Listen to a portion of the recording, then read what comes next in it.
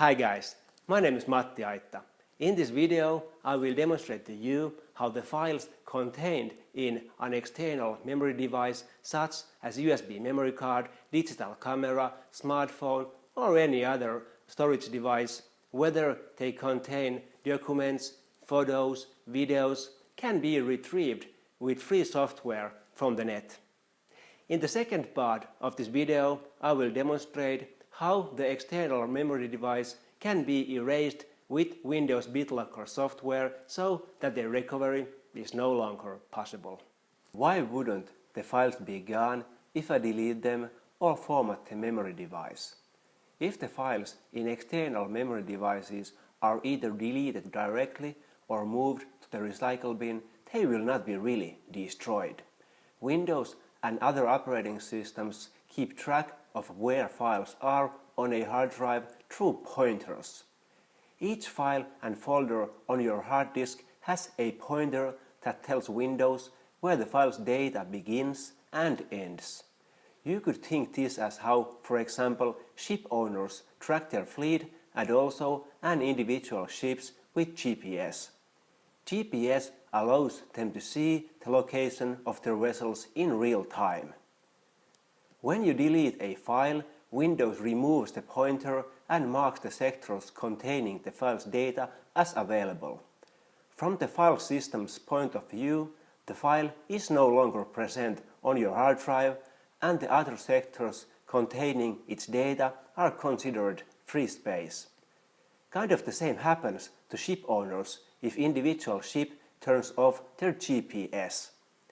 They can't see the location anymore. From their point of view, the ship doesn't exist anymore. Or if you think about another example, let's say a painter who are disappointed about the work he just finished. He'll just paint the canvas all white and start over while the original paint is still underneath. However, until Windows actually writes new data over the sectors containing the contents of the file is still recoverable. A file recovery program can scan a hard drive for these deleted files and read through them. If the file has been partially overwritten, the file recovery program can only recover part of the data. Recovering the files. Alright, here I have an old 4 GB memory stick. For the sake of this video, I have added few photos, short video and a text document in there. As you can see, all photos, video and the text document work properly. Next, I will delete all the files and then we format the memory card just to make sure it's empty. And it's empty, as you can see. For the recovery, I'll use the Piriform's Recuba. Free version is easy to use, very light and good enough for this operation. You just need to run the program and select the options which are best suited to your purposes. Then you just need to wait. The time you have to wait depends on two factors: how powerful your computer is and the size of your memory stick. More size takes more time. Alright, it took about 3 minutes to scan and recover the deleted files. As you can see, all the files are accessible and seem to work fine. At this point, one should think very seriously about whether she or he should delete the memory of digital camera, smartphone or personal computer appropriately before selling it or giving it away.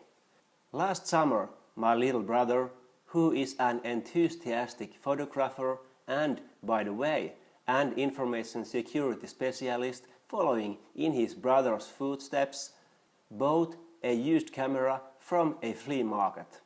Of course, he couldn't resist the temptation to take a closer look at the memory card within. How would I say? He found quite personal material. Something you wouldn't like to share with the rest of the world.